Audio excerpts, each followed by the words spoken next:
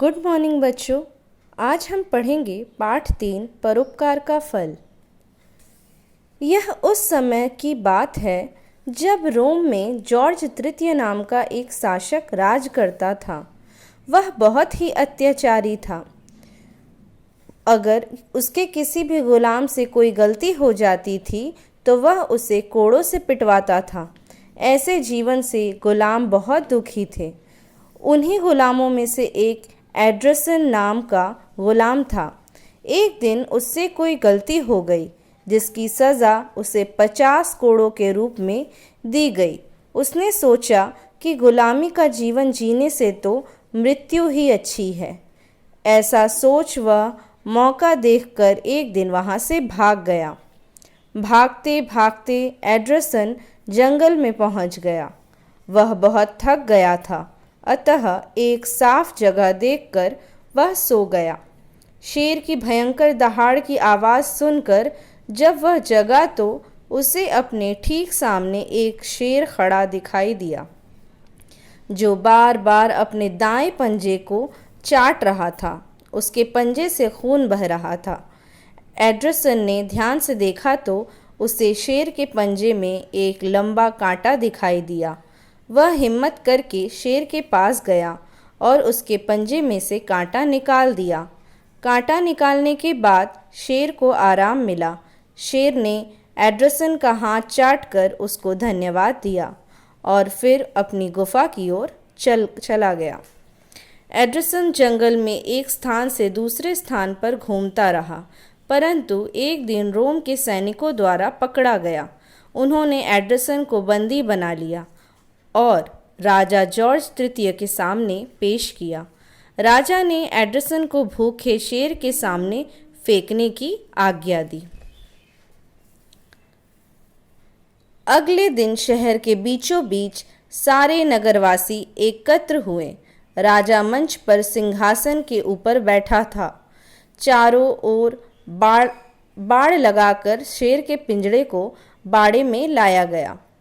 एड्रसन को भी बाड़े में खड़ा किया गया। शेर के पिंजड़े को खोल दिया गया। भूखा शेर दहाड़ते हुए पिंजरे से बाहर निकलकर एड्रसन पर झपटा। एड्रसन ने डर कर आंखें बंद कर ली, लेकिन तभी अचानक शेर रुक गया और एड्रसन को ध्यान से देखकर उसके हाथ को चाटने लगा। एड्रसन हैरान परेशान सा आंखें खोलकर देखता है, अरे यह तो जंगल वाला शेर है जिसके पंजे से मैंने कांटा निकाला था। यह सब देखकर रोम का राजा और जनता बहुत हैरान हुए। राजा ने एड्रसन को बुलाकर इसकी वजह पूछी। एड्रसन राजा को सारी कहानी सुनाता है।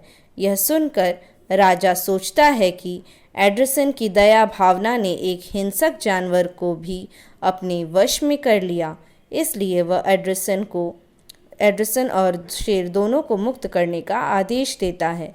किसी ने ठीक ही कहा है, दया मनुष्य का सच्चा आभूषण है।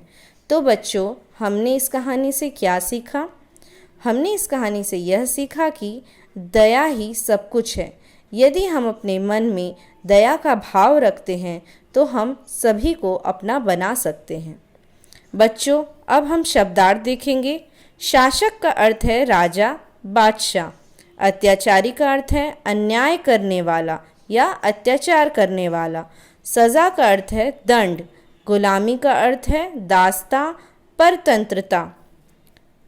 भयंकर, भयानक, डरावनी। दहाड़ का अर्थ है गर्जन।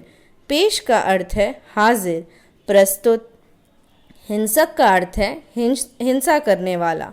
मुक्त का अर्थ है स्वतंत्र या आज़ाद। बच्चों, आप शब्दार्थ को अपनी क्लासवर्क कॉपी में लिखेंगे।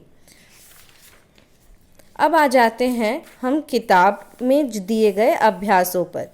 यहाँ देखिए बच्चों, जॉर्ज तृतीय कैसा राजा था? 3 विकल्प है, 3 में से आपको सही विकल्प चुनना है। जी हाँ, अत्याचारी। एड्रसन को कितने कोड़ों की सज़ा दी गई? 50। शेर के पंजे में क्या लगा था? कांटा। एड्रसन को धन्यवाद कर शेर कहाँ चला गया? गुफा में। राजा ने किसे मुक्त करने का आदेश दिया? शेर को भी और एड्रसन को भी। इसीलिए हम तृतीय विकल्प यानी दोनों को में सही का चिन्ह लगाएंगे। इसी प्रकार से बच्चों आपको सभी प्रश्न करने हैं। प्रश्न 3 मैं आपको अगली कक्षा में करवाऊंगी। आपको ये सारे प्रश्न किताब में करने हैं। श्रुतलेख आप अपनी कॉपी में लिखेंगे।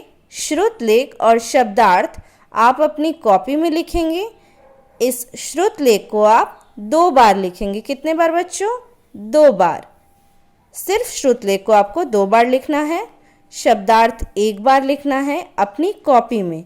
बाकी ये सारे प्रश्न आपको अपनी पुस्तक में ही करना है।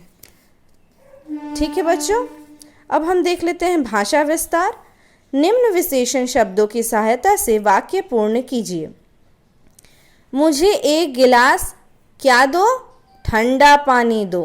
काजल बहुत मेहनती लड़की है। ये सारे शब्द हमें यहाँ से छांटने हैं कि यहाँ उपयुक्त कौन सा शब्द होगा। अब यहाँ हम देख लेते हैं अनेक शब्दों के बदले एक शब्द। जिसकी आने की तिथि ना हो, अतिथि। जिसके हृदय में दया हो, निर्दय। जिसका कोई सहारा ना हो, बेसहारा। जो दिखाई ना देता हो, अदृश्य। जो सब कुछ जानता हो, सर्वज्ञ। तीसरे नंबर प्रश्न में बच्चों यहाँ हमें क्या करना है? ये अव्यवस्थित है, हमें इसे व्यवस्थित रूप से सजाकर एक सार्थक वाक्य बनाना है। नहा है रहे कुछ नदी में लोग, इसका कोई अर्थ नहीं, इसे हमें सजाना है। जैसे कुछ लोग नदी में नहा रहे हैं। इसी प्रकार से बच्चों आपको बाकी प्रश्न करने हैं। इन सभी प्रश्नों को आप अपनी पुस्तक में ही करेंगे। केवल शब्दार्थ और श्रुतलेख को अपनी कॉपी में करेंगे। बाकी सारे प्रश्न उत्तर आपके किताब में होंगे।